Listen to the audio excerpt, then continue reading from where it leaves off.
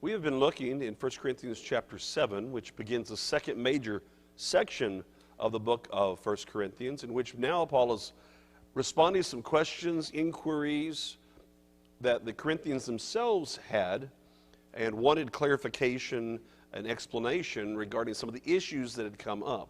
So while he's already addressed and felt it was more important to start with the problems of unity and the problem of immorality that required attention to church discipline first, things they hadn't asked about, he is not going to leave them waiting to the answers that he himself is providing. So he comes back and he says, all right, let's get to these questions. And we have this transition between the problem of fornication, chapters 5 and 6, and then let's not be misunderstood, because that definitely was something that they had wondered about. So what do we have first coming in chapter 7? He's dealing with marriage itself and the propriety and nature of what is appropriate in marriage, particularly in terms of the sexual relationship, to understand that no, just because fornication is wrong does not mean that this is wrong in marriage. But it's all these questions about marriage, and that's important as we move forward. So he was, as you go through that section, if married, this is appropriate. If you're single, no, it isn't, but being single is also fine. So then we looked in verse 10, and you see this shift as he has been talking about those who are unmarried, and that'd be fine. He says, but to those who have married, I'm going to change this so I can read it better. Now to the married I command, yet not I, but the Lord, a wife is not to depart from her husband, but even if she does depart, let her remain unmarried or be reconciled to her husband, and a husband is not to divorce his wife. Now, in going over that last week, we made sure to, or I hopefully made sure to establish the nature of what he is going into now. He is now going in and saying, okay, we need to understand what our baseline is. Baseline principles. And he emphasizes in that first line that he's not the only one who's spoken. He is basically reiterating then what the Lord had already said. And that is, don't divorce. Okay? That was the thing. Now he's starting from the idea of just everything is fine and dandy. We'll get into that question later on. But that everything is fine. Why would someone just, he's saying, well, don't divorce.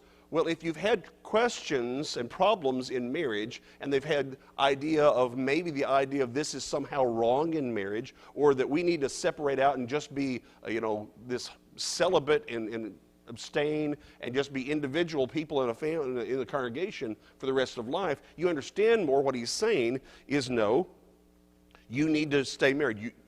You were married, that is fine, stay married. Okay?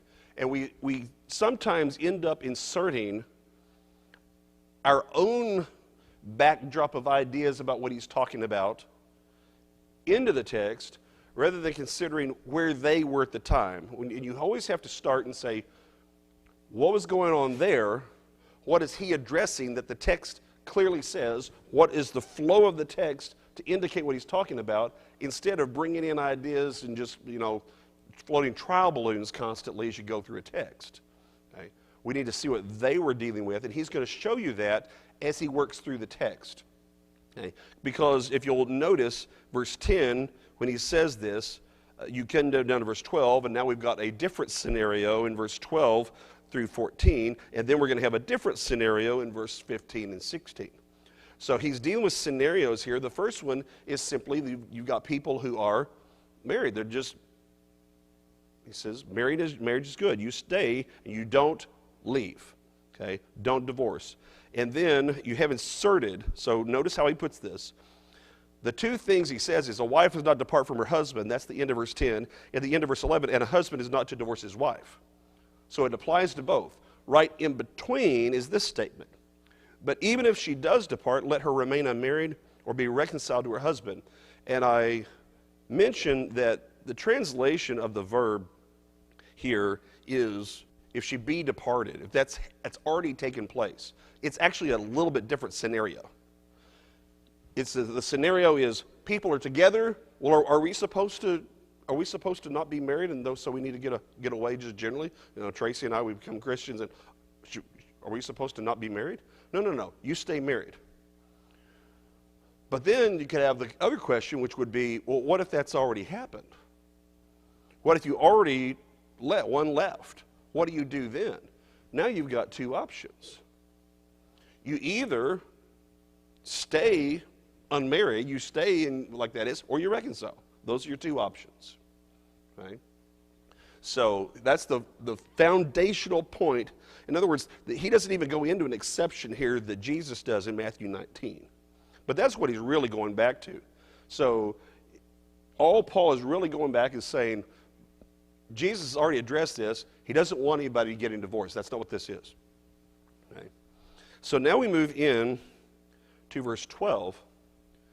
And so the scenario is going to be a little bit different. But to the rest, I, not the Lord, say. All right, so what are we anticipating then with this? He already said it was I, not the Lord, and now he says I, not the Lord. So I am the Lord. The Lord said this too. Here, I say this, not the Lord. So I'm going to tell you something that the Lord didn't specifically say. He's not saying that he's going to, this is really important when we get to this. Paul does not have the authority to contradict the Lord and say, I'm going to, look, the Lord didn't get this right. Paul can't do that. Some people try to come to this text and act like Paul's correcting Jesus. Well, that's just a level of stupidity I can't comprehend. Okay, that's not at all what we have going on. You have him working within the framework. That's the point of verses 10 and 11. He's saying, within the framework Jesus established. That's 10 and 11. He didn't comment specifically on this, so let me show you how this applies to calm your fears. He's wanting to make sure they don't do the wrong thing. That's why he said don't divorce. He's telling singles, look, you're fine. Married people, yes, sex is okay in marriage. It's dealing with all those kind of very practical questions. This is brand new stuff. They needed answers to. So when he says then in verse 12, but to the rest I, not the Lord, say, he's going to tell you now the scenario that was not directly addressed. If any brother has a wife who does not believe, and she is willing to live with him, let him not divorce her. So now we know what the scenario is. As a matter of fact, you get to verse 13, and a woman who has a husband who does not believe, if he is willing to live with her, let her not divorce him. Once more, do you notice what he's had throughout this whole chapter is how even he is in his address to both sides? Very, very even-handed with all that he has done. But notice what the scenario is. It's when one person's a Christian and another's not. You see, Jesus gave the principle, but he didn't discuss that because guess what? How was he supposed to talk about one person being a Christian and one person not being a Christian before there were any Christians? How was he supposed to do that? Right? So now this scenario, you can't really understand that and appreciate the problem they'd have. Well, wait a minute. So now let's consider different ways that can happen. Generally speaking, what you find here, and you see this in this phrase, if he or she is willing to live him, her. Okay? And the wording there about willing to live is, basically saying, this seems fine. They think through, yeah, everything's good. And with about what? Why would this have come up as an issue that he brings up? It's about one's a Christian, one's not a Christian, and the one who's not a Christian is fine with the other person, is fine with the Christian. You wouldn't think it would be that direction, would you? What's the point? That person is okay with the person's Christianity. That's all right with them. Now we'll see that develop here in just a second. But that's really the question of what do you do is that you got a potential hostile situation. No, they're fine. Okay? Now, in most of these situations, remember, they've not been Christians very long. One person could obey the gospel and another not obey the gospel. That's a realistic scenario, isn't it? Well, sure, it happens a lot. And that's kind of what he is dealing with. If only one. We see regular times when households would obey, but that wasn't all the time. So sometimes it's just one person. So now what do we do? What do we do? John?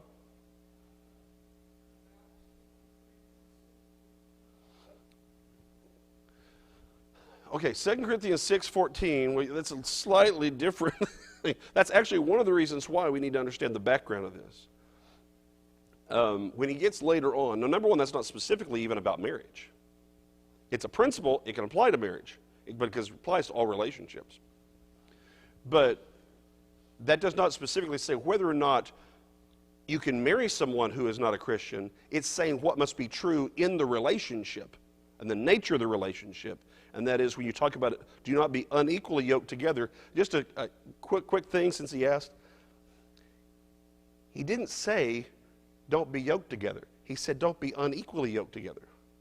Okay.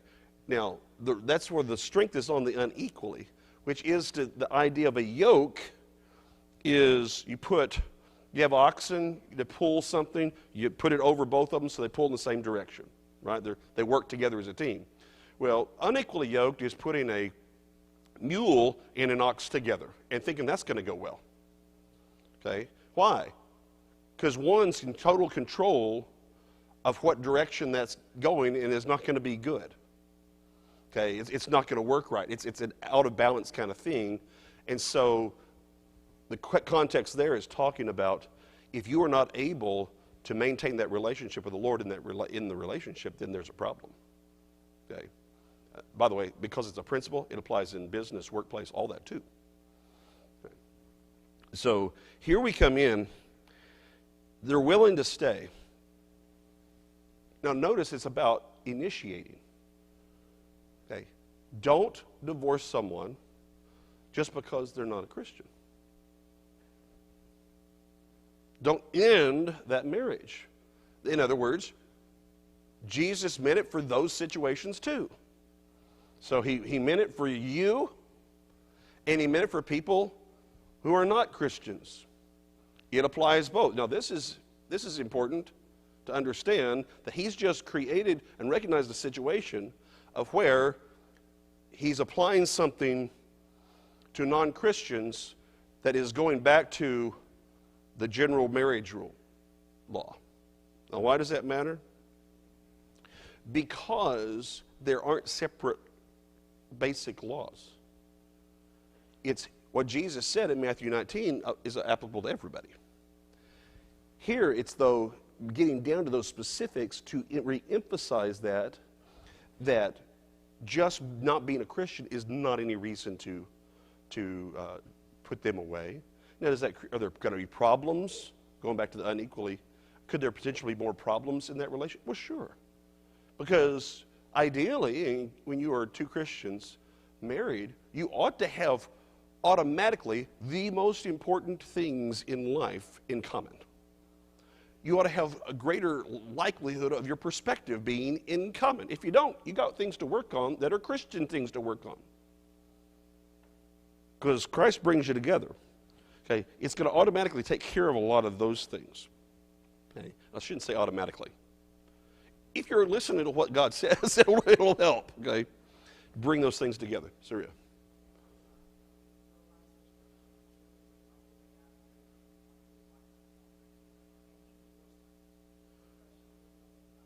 Well, then he violated this passage. Then he violated this passage.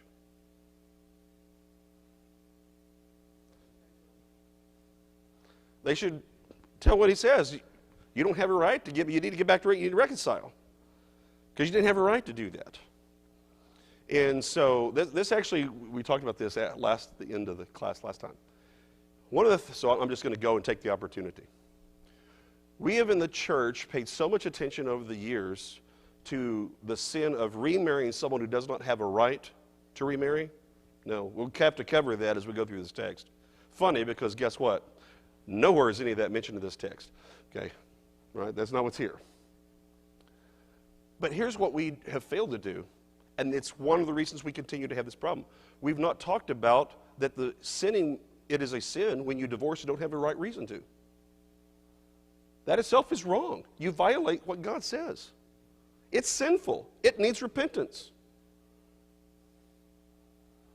And we don't want to treat that part of it, and that creates the other problem. Okay? Now, notice what I did not say. I did not say that divorce itself, okay, or being divorced is a sin. Didn't say that. Jesus makes a distinction about the reasons, okay? And you can be, as he's going to show in this passage, you can be a passive recipient of it when you didn't do anything, okay? So that itself, but what you choose to do, that you're responsible for. And that's where, yes, that would be a violation of this passage, no question. What do? Well, you reconcile. He's already laid that out about what the proper approach would be. But here he's actually talking firstly about you need to do this. Now he's going to be, the next part's going to come into this in just a second in verse 14. Okay. But we're going to try to treat the whole here in 12 and 13 and tie that off. So you've got a situation, married to a non-Christian. Look, can that produce some issues? Yes. But that was your choice. And you say, well, it wasn't originally. I obeyed the gospel. He, she didn't. Okay. But these are the circumstances. You have to work within those circumstances based upon your choice. Okay. And also, the idea of leaving someone because you obeyed the gospel, he's going to get this in just a second, that you obeyed the gospel, but they haven't yet, and so your answer is, okay, you're out of here. And this is someone you love. I'd hate to know what you do to someone you don't like. Okay? So it's, how are we thinking that that's the answer toward someone you're closest to in displaying Christian character? Okay? So he's going to give now the explanation. Whenever you see 4, one of the first things I go in, I see your hand, John, just a second, is that word, we're going to elaborate now. So he's going to explain in verse 14 why this can be true. John?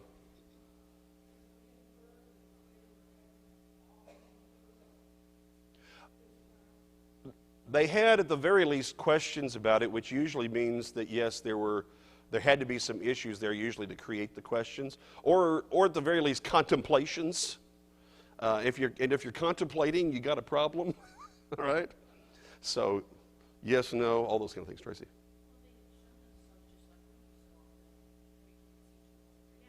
Yes.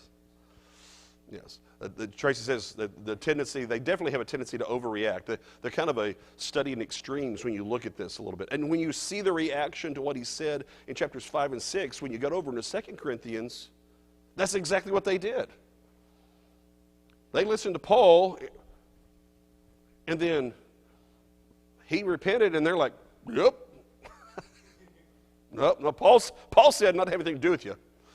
So yeah, that you see just the character of it in general is a little more, you've got extremes. I don't know that, we might have trouble understanding the existence of extreme personalities in today's society. Yeah. So, I'm glad y'all understand my sense of humor a little bit. So, sarcasm much? So in verse 14, as he's going to explain this, it says, for the unbelieving husband, okay, just mentioned, is sanctified by the wife. And the unbelieving wife is sanctified by the husband. Now, if you just stop there, you're like, what? Does that mean they're saved? No, if you don't understand words in context and how they apply in different contexts, they're sanctified. I mean, you're sanctified. First, he just mentioned in the last chapter, chapter 6, right? About sanctification. That's for Christians. You're right with God. So now they're right with God because they've been sanctified. So they're right with God by proxy. So we found another way people are saved. You just kind of have to marry in. Right? Oh, there's another joke there, but I better not say it. Uh, David?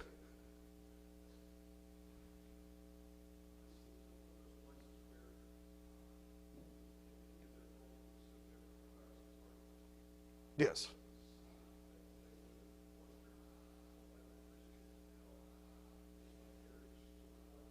Yes.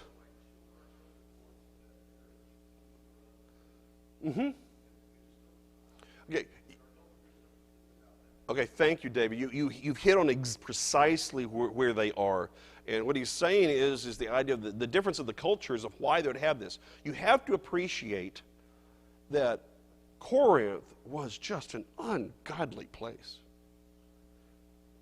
And they are taking on to become Christians it's like moving to Mars, right? It is a totally different place. It's everything. And so it's all new rules. And honestly, that's where we ought to be thinking about it. They were right when it comes to that. For them, the contrast was so great, and I think that's partly what created some of the extremes in the questions. But just being faithful in marriage would be an extreme for them. Just the idea of one God is an extreme for them. So when you come and you've come out of that far away from the truth and a totally different way of living, doesn't it make sense for them to have what we think are these kind of interesting, odd questions? Yes, because culturally, they need the answers to all these things. There are no kind of cultural backdrops, and ours are doing more of the dropping than the back part right now. Okay, you don't have that you can rely on, so they're having to get all these things down up front.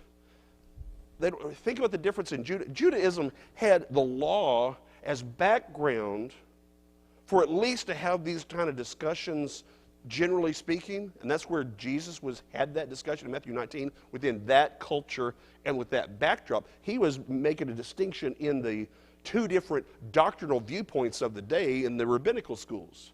They didn't have any of that. So he's having to come in and go all the little things up front and go through them. The difference would be if I were to go, and I've definitely done preaching in some of these situations, and I go somewhere where nobody even knows what the church is, and I'm starting it up, and I'm talking about in this country, and it is very secularized, and I mean, you say, well, it's hard to find a church. No, it's hard to find any church building. I've driven in the Northeast some and been amazed at how long I can go on major roads through places and how long it took to find a church building of any kind. Maybe one in a town. Okay?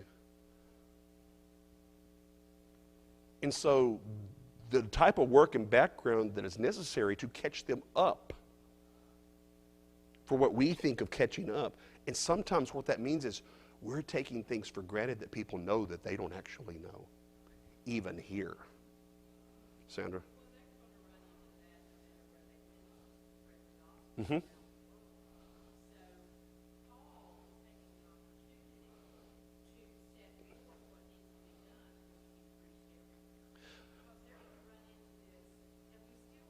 Yes. No, that's the second layer to this. I'm trying to deal with the first layer of where they were at that moment.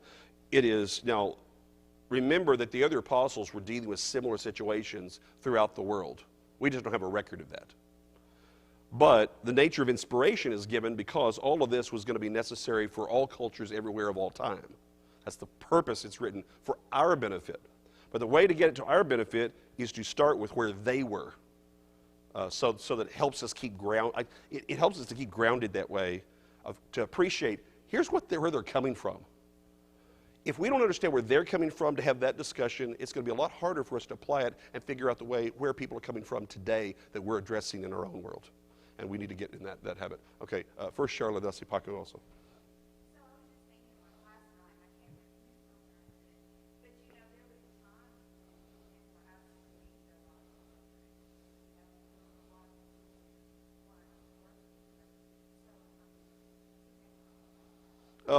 Because the idea would be somehow you're defiled.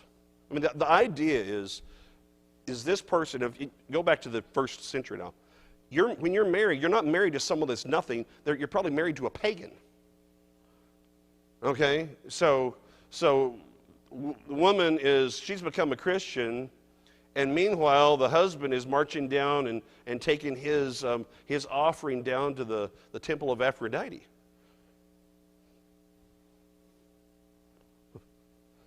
Devin just got scared looking on this. Okay, Paco?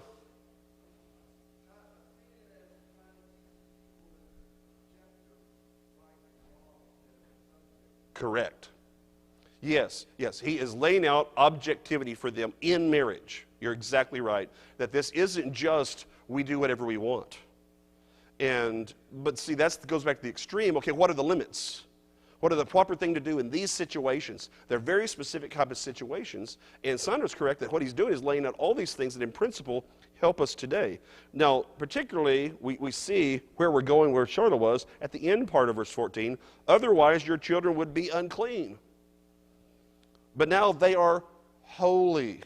Okay, now, holy and sanctified come from the same root word. They're related words. So what he is saying about the wife or the husband is the same thing he's saying about the children. And the nature of the holiness or being sanctified has specifically to do with being in a relationship that stands in right standing with God's character. That the relationship is right. That the children are not, they're legitimate children. Real concern, right? Well, if this continues, does this make this illegitimate? Oh, what? Well, if the nature of marriage, if they would have been taught, where do we get the institution of marriage? From God in Genesis 2. Is that what the pagans would have thought about it? So if they're having that, if they had a very non-godly understanding of marriage, does that mean then that the marriage itself is bad? The answer is no. Say you weren't married, no, let me take it back a ways. You weren't married in a church building. Something wrong with that? No. Well, I was married, but I was married by justice of the peace. Okay. But if you had somebody who had this was something God ordained, and it's a God-given institution, and in your mind when you got married, everything was just secular. You can understand a little bit of the nature of the mindset. I'm trying to bring it up to speed as much as I can for the application of why there would have been these issues. And he's simply saying, no, your marriage is still valid. God still recognizes it. Your children are your children. They are fine. That's not determined by whether or not both of you are Christians. That's simply what he's saying. And so all these things I said before, they still apply. John?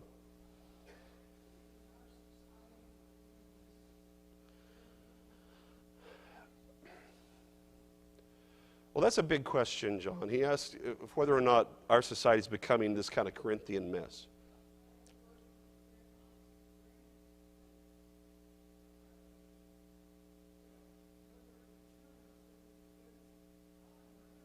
Mm-hmm. Yeah. Right. Well, becoming, all right, yeah, but that's a subjective thing. Are we, for example, sometimes we don't appreciate our own history. Okay?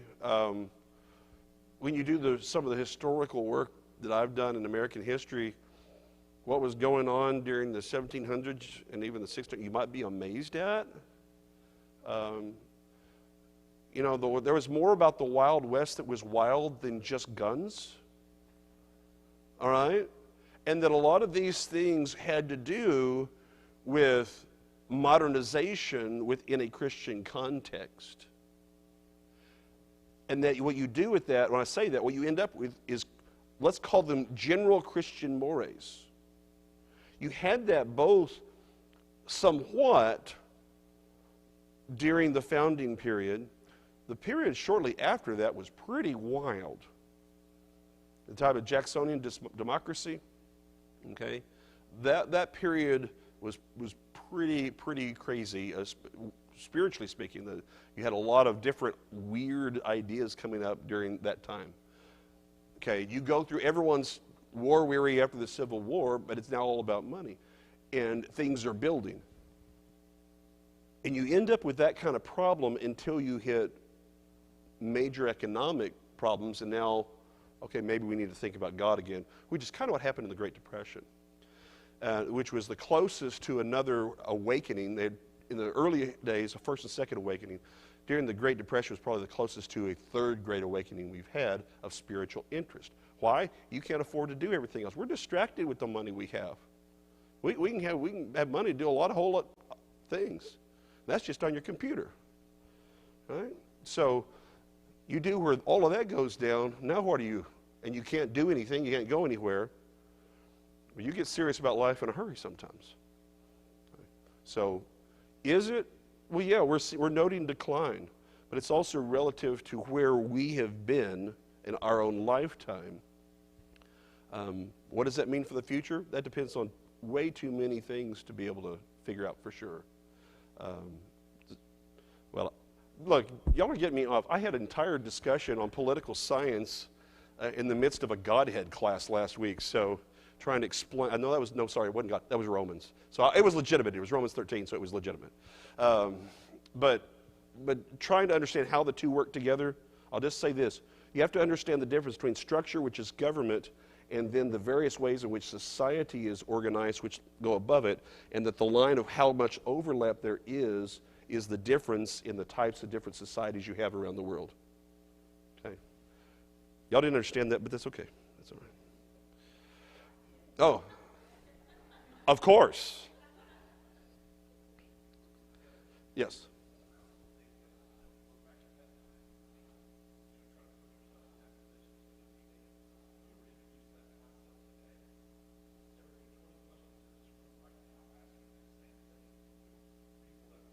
Mm-hmm.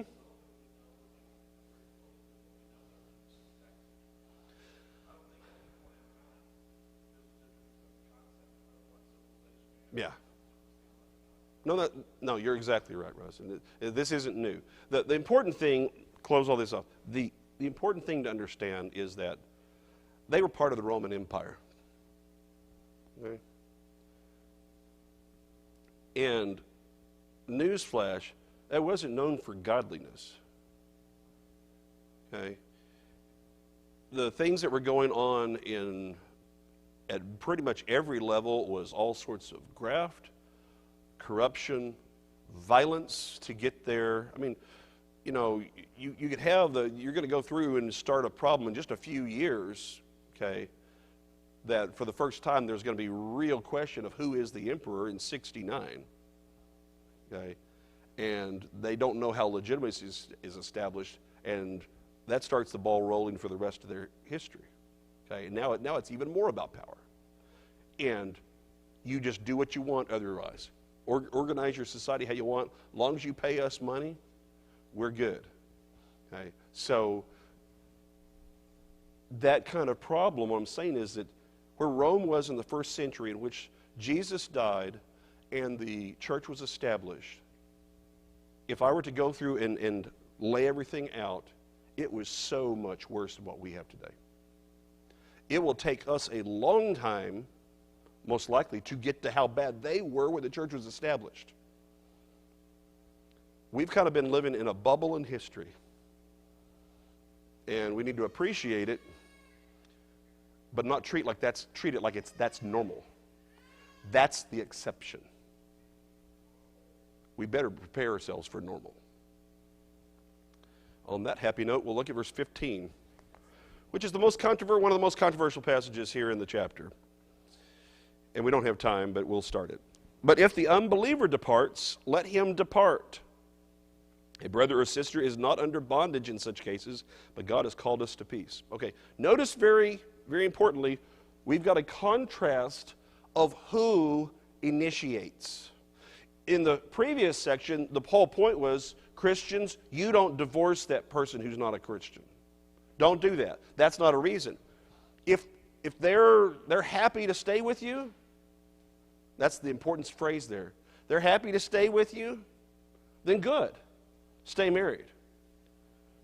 Verse 15 is saying, this is an unbeliever who isn't like that. They don't want to stay together. But notice the wording. That unbeliever made the call. The unbeliever decided, I'm out on this marriage. I'm divorcing you. It was still not the Christian who was initiating it. It was the non-Christian. So when you say depart, there are multiple words used to separate, depart, divorce, depending upon your translation. They're all pretty close to the same idea in a first century context, okay? Because you just leave, you just bolt. That's honestly, depending upon the laws of the particular area, that could be enough. They had it where if you wanted to, you say, I'm out of here, and that's a divorce. Done. So you leave. So that if that happens, notice though, here's the command to the Christian in that scenario. Let him leave. Let him leave. Or let her leave.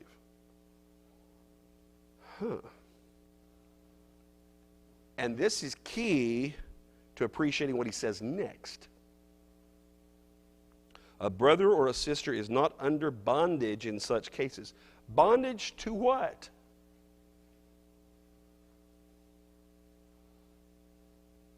To that marriage in the sense of that person. And the reason why the word that says bondage is not made a slave. You're not a slave to that person where basically they go, you have to go. Well, what's the point? Why are they leaving? Contextually. Because you're a Christian. Well, if they're leaving because you're a Christian, if you're following, what do you have to do? You have to leave Christ. And for that reason, he says, you are not under bondage, a slave to your marriage, to your spouse. Why? You already have a master. Your master is Jesus. That decision has already been made when you became a Christian. That if the choice is you leave Christianity or I'm out of here, then goodbye. That's the choice. Now, it should clearly be, you should not just simply go kick them out then. It is, you're trying to make things work. And that's going to be what the next part is, okay? And so that's why he says you're not the one that's supposed to initiate this. You are accepting of that fact. If that's the reason why someone's going to leave you, then you accept it. Why? Because your priority is that I'm going to be a Christian. So, basically the idea, it's really a hard phrase to try to get here, but it means under circumstances such as these. So he's very specific to these kind of circumstances of a person who's not a Christian leaving because they're not content. It's that specific scenario of where you just accept it. Okay? But then this last phrase is important, and it's almost one of those things where I think the last phrase should go with verse 16. So I'm going to read it that way. But God has called us to peace. For how do you know, O wife, whether you will save your husband? Or how do you know, O husband, whether you will save your wife? Now, do you understand why I did that? What is your mindset supposed to be? Peace. Peace. He has called us, actually, it's either in peace or by means of peace, with the idea of that this is to be a major factor in relationships and how you handle things. So what is he pointing out? The connection here by saying to be in peace is both in the acceptance of that person's decision, but also within the realm of the recognition that you want that person to be saved. So if you put all of that together, what was said in verses beginning in verse, let's see here, verse 12 and following on the unbelieving, he's really getting all the way down to here, because the ultimate result is verse 16. This is why this is a unit. Is we're dealing with the situations of being married to someone who's not a Christian. What should be in the back of our minds the whole time? What does it take to convince this person to become a Christian? So how do you, that's why, okay, he's getting down, 4 is for explanation in verse 16, 4. So he's looking back, why do you stay with them? Because you have influence, so you ought to use it. Why do you let them go then? Well, because that would be letting them have influence over you for Christ, against Christ. So you want to stay with them to have influence for Christ, but you're not going to stay with them to accept influence against Christ. We will finish this off next week. Thank you for all the good participation today. Really appreciate it.